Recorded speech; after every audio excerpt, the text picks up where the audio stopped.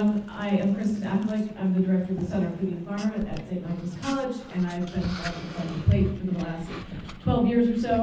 I'm on the steering committee this year, and I have the absolute privilege to introduce a friend and longtime colleague, Jenn Colby. Jenn Colby is a farmer, podcaster, and agricultural storyteller in Randolph, Vermont. Jenn's story is about how someone reinvents themselves after their dream career ends. Jenn will share with us how she, after 20 plus years of working for agricultural for-profits and academic institutions, figured out how she wanted to show up in the world as herself. Jenn?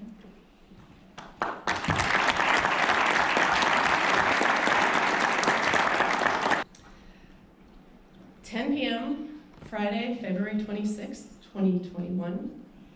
I closed the laptop lid on my extension career and a major part of my identity over more than 25 years working with livestock farmers in for-profit, nonprofit, and extension roles. Snake. I felt heartbroken, I felt exhausted, I felt burned out, and I felt grief. After 25 years of working with grazers in so many different ways, I firmly believed that more good grazers on the land can save the world. And I still believe that. That part hasn't changed. Immediately, I jumped into growing into my new identity as a full-time farmer and business owner. I was already part of a group of Vermont livestock farmers who participated in Ranching for Profit school and the follow-up EL program, board program, and without my day job to limit my abilities, I cranked up my businesses. And I started so many projects. And I ran way too many enterprises. On-farm events, 5-course barbecue dinners, farm tours, pigs marketed in 3 or 4 different ways, sheep with daily pasture moves. I added goats. Why did I add goats to the sheep? Finishing a yurt to start hosting farm stays, starting a tenter campsite, working on an off-farm rental house. And at the height of all of this, I even had the bright idea to start a podcast, because if you don't know what you're doing with your life, you should totally start a podcast. Everybody does, right? So back in my extension days, I always felt like a secret weapon that I brought to my work was that I was the audience that I served. What I most often felt as a returning generation pulled back into farming after 2 generations away was that I was alone in having to figure everything out for myself. I didn't have a family to rely on who had taught me all of the things that multi-generational farmers have. And what I didn't know was that I was just one of many people coming back, or being called into livestock farming for the first time in recent memory. I was entranced by these origin stories of marketing graduates in cubicles coming back to family farms, to dairy in Vermont. Abby Course, if you are in the house, you are an inspiration to me.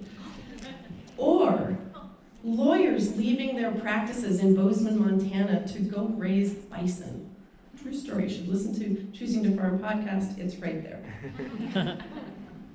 I'm still in love with how every single one of these voices is unique, and at the same time it connects us all together in this lived experience of livestock agriculture.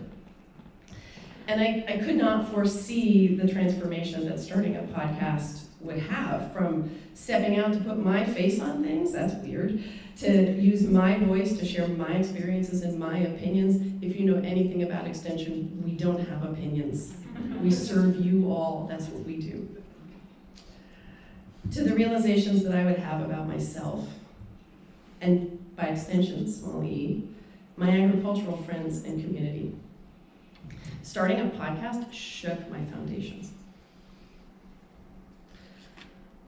April 2022, I have my eyes closed. I am part of an online retreat. We're going through, my feet are on the floor, my hands are resting calmly in my lap, and we're going through a guided visualization on our life's purpose. And my eyes snap open. And with these shaking fingers, I write down, my life's purpose is healing agriculture's relationship with success. And think about it. Isn't that a thing that we joke about? How you make $1 million in farming? You start with 2. It's like the unwritten joke that's not funny and we all say. Don't we assume that farmers have to work hard, harder than anybody, and be poor? We have to assume that we're poor farmers. And we never get to our kids' baseball games. And maybe we lose our spouses because they just can't hack the lifestyle. That lifestyle is more important, and feeding the world is more important than whether our family ever takes a vacation or if we have enough money for a working car.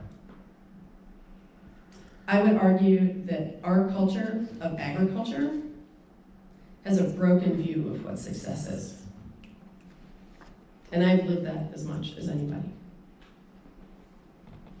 So my viewpoint shifted into a belief that healing agriculture's relationship with success will save the world.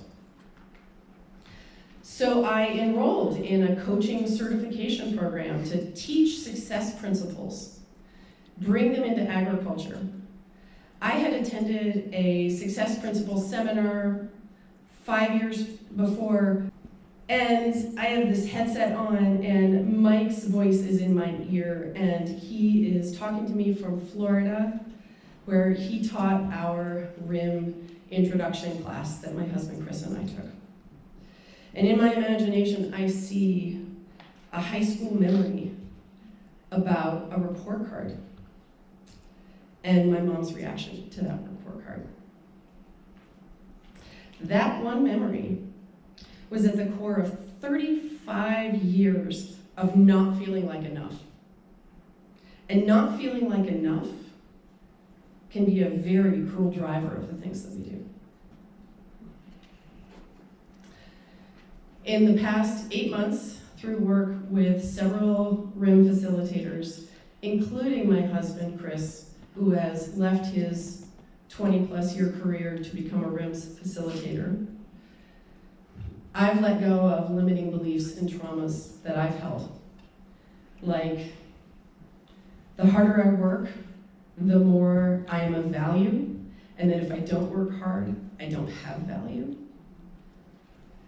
That I need to do everything myself, by myself, or asking for help means that I'm weak. The desperate need to be accepted or liked by 100% of the people in the room. If I had not let that down, I would never have offered to share my story. I couldn't let myself share my story. The need to make other people happy. The responsibility for other people's life choices. I let that go. The inability to create boundaries around my own needs versus serving other people. Not charging enough for my time and my expertise and all the things that I have to give. And never ever being enough. I'm still working on that not enough thing. How many of us have felt at least one of those things at least one time in our lives? You don't have to raise your hands. I know every single one of you has, because we're human beings, and we have. And I needed to reveal and dissolve so many of my own root traumas to realize how hurt that most of us are, and how that affects every single aspect of what we do. As Indigenous musician, artist, and farmer Robert Mirabal said recently at a concert in Randolph, when we heal one person, just one, we heal all people. And what I've realized is that spending the next phase of my life dedicated to helping farmers and ranchers and other people serving agriculture heal our relationships with ourselves is my life's purpose, because this is our greatest barrier to success. And what I know is that helping our agricultural community heal and become whole, helping us set down long-held burdens, it will save the world, one person at a time.